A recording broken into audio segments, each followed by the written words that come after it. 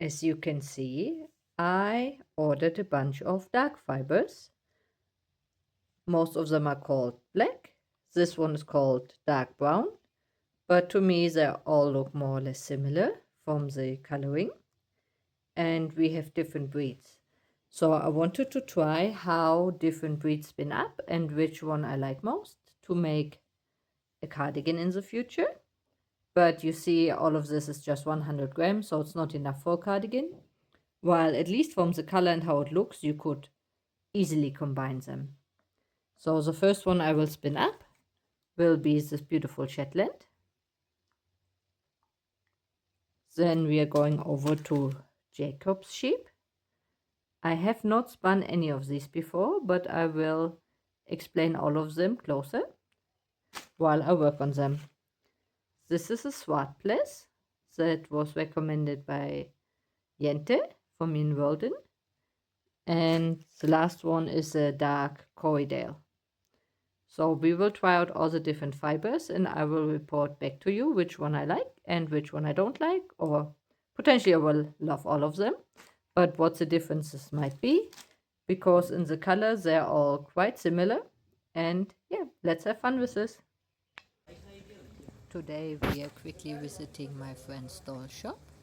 It's called Dolls for Tibet, and they are making dolls in traditional outfits, but also Steiner dolls and different kind of dolls. You will in a moment see some yaks that they are making as well.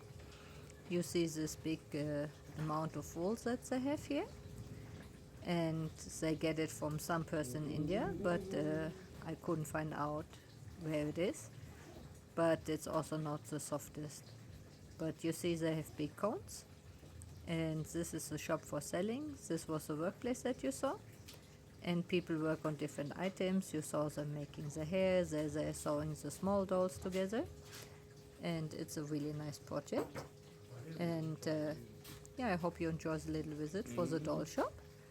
And I really love the little yaks they are making here, and all the other kind of things like these little monks and different kind of items that make children happy all over the world. You see, these are the traditional outfits from Himachal and also Tibetan traditional outfits that you can see here now. And they even make this little tent with the little figures that come with a book so kids can play the stories. Hey all! Today I attempt to spin this beautiful dark Shetland. It's called Shetland Black, while it is a really dark brown.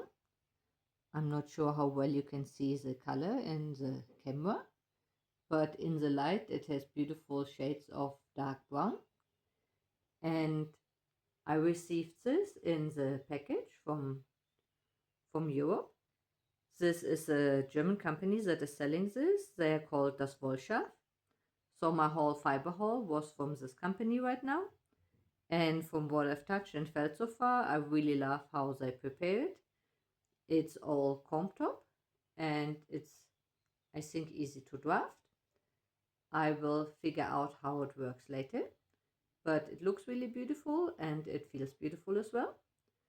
Some of those fibers are less scratchy than I expected them to be, and that might be because I just started with like really rough Indian fibers that now supposedly rough fibers don't feel as rough as I expected them to be. But let's see how it spins up and how it feels in the end. So I ordered some darker fibers in bigger amounts because I wanted to figure out which of these dark fibers might become a cardigan or something later. So I ordered now 100 grams of different fibers, but then I can figure out which ones I like and want to order more of in the future. And this color for sure is beautiful. And I heard this yarn recommended on many different platforms as one of the favorite yarns for spinning. So I wanted to see. And Shetland comes in many different color shades. But this was the one that attracted me most, as this is a color that I really love. And it's like quite neutral. And I figured out that in my wool stash, there is barely any brown and especially no dark brown. So this comes in handy. So why I spin this like as the first big amount from this order is because I plan to make an octopus head. And I think this would be the perfect background color. I looked at different colors that I already have that would go together, but they are a bit too colorful for me. I think I would get more wear out of the set if I actually have the dark background color. And then I will either way mix it with this red. So the octopus would be in this red tone, or alternatively with this blue, greenish blue tone. These are both Indian wools that I've spun recently, and I think they both go well together with this fiber. But obviously I have to see if I can spin this in a similar thickness than this, so it actually works together. I choose the Shetland because it has a more or less similar roughness, and it's supposed to be great for color work knitting. So that's why I wanted to go for this one first. And yeah, it's quite crimpy. I've heard it's really elastic in the end. So that sounds like perfect for a head project. And we will see how it goes, and I will take you along.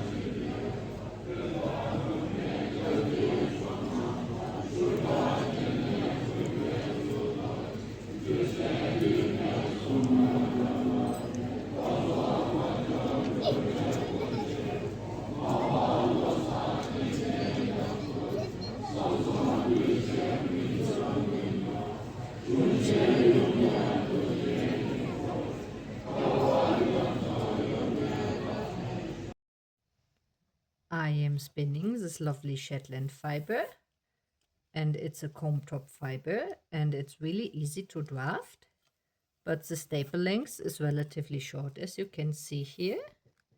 So I decided that I want to try out how it would work if I prepare a little bit in a carded way and if it spins differently. It's obviously a bit weird to mix up different ways in one test spin, but I just wanted to see for potentially future orders if it would spin in a different way and which way I would like more. But anyways, it does spin perfectly nice. There's no issue with this fiber. It is fun to spin and it goes really easily, but I wanted to check the other way to potentially in the future spin long draw and woolen style instead of now the worsted style, because I feel this might go really nice because it feels quite lofty. So let's experiment with both styles and see what we like. We went down to Dharamsala to Bhutan Monastery for the teachings of Samdang Rinpoche. This is Samdang Rinpoche leading after the teaching, and it was a quite interesting teaching. He's a really high teacher, and I'm right now working on a book with him that you will probably hear about when it's finished. And this is one of the projects I'm working on. And anyways, this is a beautiful monastery, and I quickly wanted to show it to you today.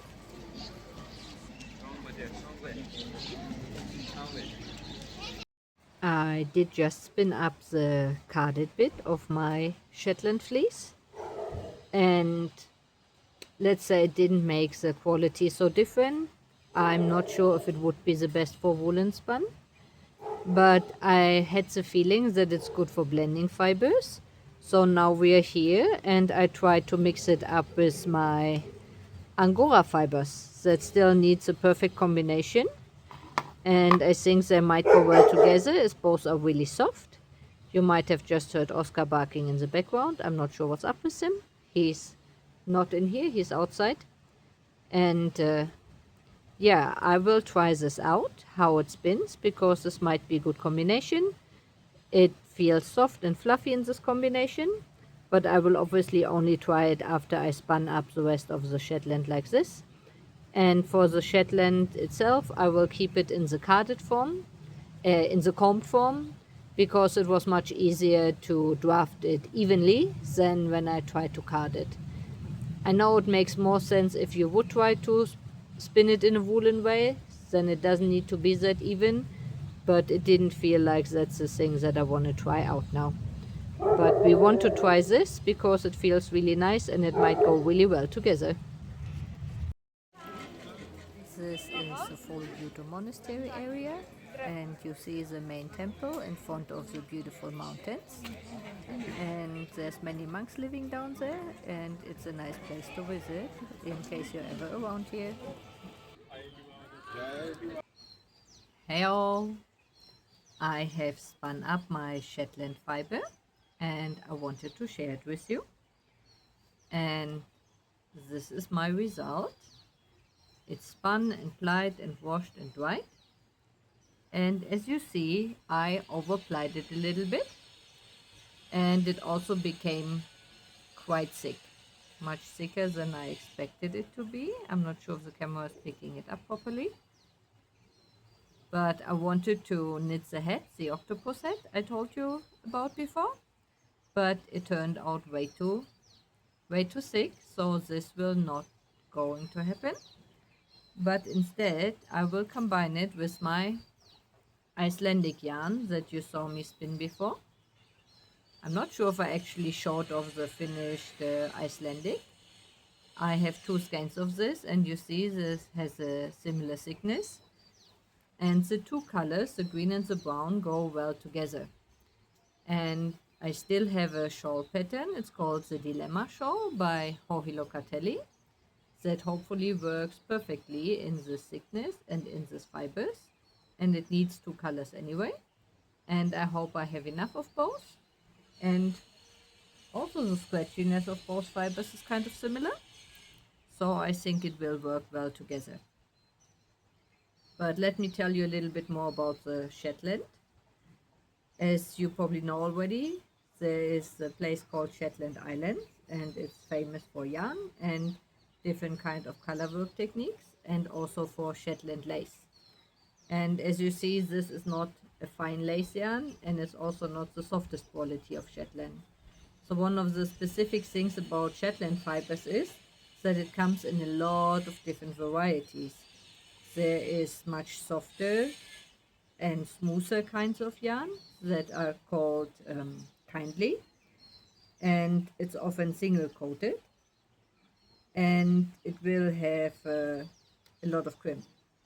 And then you have the coarser fiber, it's called beaver, and it has more hair but less crimp, and it's mostly double coated. So I'm not 100% sure which one this is, but I can tell you it's not super soft. It's not a horrible scratchy or something, but it's not this, like I would assume this is a beaver kind. So from where I bought it, so I get the information of micron counts always from the provider where I bought the fiber, because they know what actually their fiber has, not just from a fleece and fiber source book where there is a wide variety. So this comes also from das Wollschaft.de, and it says it has a micron count from 29 to 31. So it is in the middle between soft and coarse, and it has a staple length of 9 centimeters, that's it. And yeah, I guess it worked out well. I felt it was a bit longer than the textile I spun, but that might just be my impression. Anyway, the Icelandic yarn, the staple length was much shorter compared to the Shetland wool. And another thing about Shetland is that it's a really robust fiber, as you can see, and it also has some elasticity. And it comes in 11 different natural shades, and you can mix them up. And I really love this brownish blackish shades that I got. It is really beautiful, and I would love to have like a cardigan or something in this color. I only have this 100 gram right now, so that's not happening with this one. But it would be something that I would get again and try to use again. So the Shetland breed is a really old breed, they say. It's around 1000 years old, but no one knows its inheritance. There's like historically a lot of things that got mixed up. There was like the Romans bringing sheep, there was like invasions from different countries, so no one knows the real genetic origination of Shetland sheep and the Shetland Islands. But nowadays it's a kind of small breed, and it is lightweight with a high durability, as I say, the fibers. And yeah, I think it's really great for color work. Even so, the project I'm knitting will not be color work, we will have two colors. And I recognize for the drafting, I need way less tension to not break the yarn. So this is something I noted down for me spinning Shetland in the future compared to the textile and other fibers I have. So the intake has to be a bit slower to not break the yarn so much. But otherwise, it's been super nicely and I would totally work with it again. And yeah, this is my personal experience with my first spinning of Shetland. And yeah, let's see when I find the time to knit it up. And then I might tell you something more about it.